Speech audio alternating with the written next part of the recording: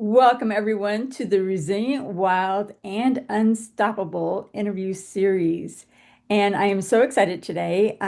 Ellen is an amazing light being. I met her a couple years ago now. I think time kind of flies by. And I am excited for her to share her story with you and introduce herself. And so, Ellen, what what really had you step onto this path that you are currently on now? So, the path I'm currently on now is empowering women to shine their light brighter in the world, to put themselves from the bottom of their to-do list to the top so that they can live a life and give from a full cup versus an empty cup. And the reason that I'm doing this, as you might guess, is that I was that woman. I was that woman who chose to try to get my needs and my safety met by people pleasing, being perfect. And it finally caught up with me. I still looked polished and it put together on the outside, and my light was dying on the inside. It was just dimming down to almost nothing. And that's when I realized that something had to change. And actually, I broke my wrist in 2019, tripping over the dishwasher in the kitchen. So that was the universe. We were both, Kat and I met through Genius Unlocked Coaching Institute, and they like to talk about the universe giving us a feather, a brick, or a truck. And I'm trying to decide whether that was a brick or a truck. But either way, it slowed me down enough to start prioritizing my own health and well being instead of letting it just slip by as it's so easy to do.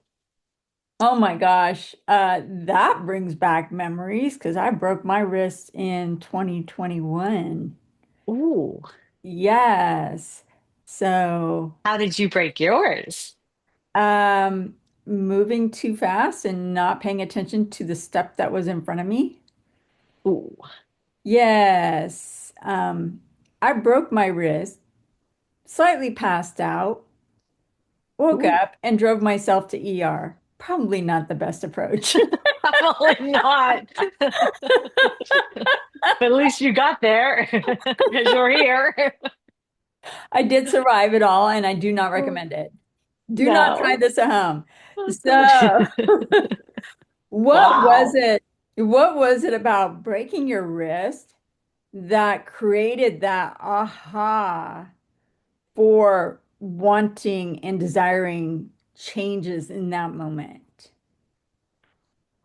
Yes, so I was a pharmacist for a number of years, and my father actually passed in 1999 on like 14 different medications. And so he, as a pharmacist, he asked me what we were doing with all these medications. So it was not long after his passing that I actually went back for to get a degree in spirituality and health because I really wanted to look for a different way versus just handing out another medication or another medication to treat the side effects of the first medication that we gave them or the first five.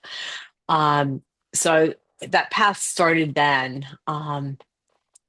But typical of me, diving in with both feet and just running on full speed ahead, like you not seeing the stuff in front of you.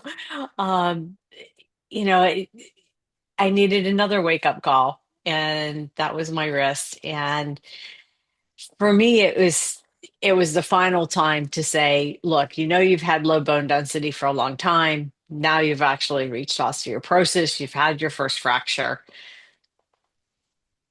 Like, let's not wait for the truck, whatever that is, a broken hip or, other things, maybe a broken spine if I fall or trip again. So that's when I really started to get serious about what I ate because a lot of foods, especially acidic foods, can pull calcium from the bones. Mhm. So changing my diet so that it was less acidic, so that my bones could actually keep the calcium that's there and hopefully lay down more, taking more calcium, taking collagen, which helps the bones be flexible, not just strong, which obviously also helps with preventing fractures. And then, working out, actually doing weight bearing exercise a couple times a week, getting on the trampoline, doing yoga. So, you know, just putting those things in place and actually doing them and not just putting them on the calendar and going, oh, yeah, yoga would be nice right now, but, going and doing something else. But actually, making that a priority and a non-negotiable that this stuff had to find time in the week to do that. Absolutely. And how does all of this, because it sounds like you've been on this transformational path for a while, how has all of this led to you being that unstoppable you that you speak about? Yeah. Well, I actually found that when I slowed down, which seems counterintuitive for those of us that like life in the fast lane, when I actually slow down, I find that I'm actually accomplishing more. My products and what I'm putting out into the world is a better quality. And I'm having a lot more fun and a lot more ease in doing it. And to me, that's what makes me unstoppable. And that's instead of being drained by everything that I'm doing or pushing myself and striving to do more, which is for me just exhausting and it's wearing me out versus lifting me up. And so for me, the biggest point was just stopping and taking a breath and doing the 5 steps of my light formula. And we can dive into that deeper if you'd like. Well, out of curiosity, when you talk about the 5 steps, can you speak about it maybe as 5 super tips or powerful tips that have people leaning in or having our audience lean in? I can. The first step in the light formula is the L, and it is love yourself first. So the tip is what we pour into ourselves, we can then give to others. The I is the inner check in. It's that sacred pause of just putting hands on the heart and taking a deep breath into your belly and just checking in with your body. What are you feeling? Emotions? Do you have tightness somewhere? You're just letting your body speak and having that connection and that coordination versus in my case, there was this animosity between what my head's saying and what my body's saying. And that, it's like the push me, pull you inside, Mhm. rest. No, I got to do, that kind of thing. So if that resonates with anyone that's listening, I'd love to delve into that deeper with you. The G is what really shifted things for me, and that is grace and gratitude. Just being grateful for this body and what it's doing for me every day without me even thinking about it, that I breathe, that I can move. And then when things don't go the way I want, which often happens, especially when you have high expectations and high standards, giving myself grace that I did the best I could with the resources that I had in that moment. And then the H is the 4 pillars. And that's for me what really changed my health journey and got me out of the exhaustion into the light and energy and the unstoppable me. And that the 4 pillars are hydration. So I've got my bottle of greens with me right now. So I'm alkalinizing and hydrating at the same time. Um, Nutrition, again, changing my diet to meet what I felt would support my body. And everybody's different. So finding what works for you. Um, and then rest, which oftentimes when I had the voice in my head saying, do more, be more, it was really hard to just sit and rest and allow my body to relax. And Mhm. then the last is movement because our bodies are actually meant to move.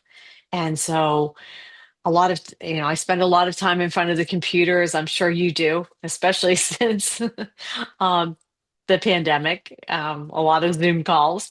So it's really important for me to at least make sure that I get up and stretch and move and keep my exercise routine going. And then the last one is really what keeps me being unstoppable, and that's taking time for joy and taking time to connect with friends as we're doing today on this conversation, um, putting on a song that I love and dancing for a few minutes, anything that can raise my light and raise my energy level. And again, that's what sustains me being unstoppable. And I'm going to go out on a limb and say that your creativity is probably a real high joy giving journey because you It are is. super creative. Thank you. Yes, I have been a Stamping Up demonstrator. So, for those of you that don't know what Stamping Up is, they are a decorative rubber stamp company out of Utah. I've been a demonstrator with them for over 21 years. And so that's part of my creativity, is making handmade greeting cards and helping others do the same. So that's been a creative outlet. And the painting on the front of the book is actually my first throwing painting. So that was now one of my creative endeavors has been painting, either free form or actually doing watercolors or painting paint by numbers. And again, even if I can sit down for 20 or 30 minutes, I get so much joy and relaxation. So the Yeah, it gets two things with one. absolutely. And you emit that joy. It's like you always have this real positive bubbliness to you. Thank you. I So like to I like to say that I allow the joy to bubble up there you because go. for so many years, it got buried under all of those obligations and all of those shoulds. And now putting those to a side and allowing the joy to bubble up. And then looking at my to-do list, or as you and I talked about, this is the end of the year now for 2025 and walking into 2026, which I understand is the year of the fire horse, if you follow the Chinese um, system, and that a lot of energy is coming in. And so for me, if I can let joy lead, if I can look at my to-do list and say, what would bring me the most joy right now? Or setting up my calendar for 2026, like what would feel good and not overwhelming?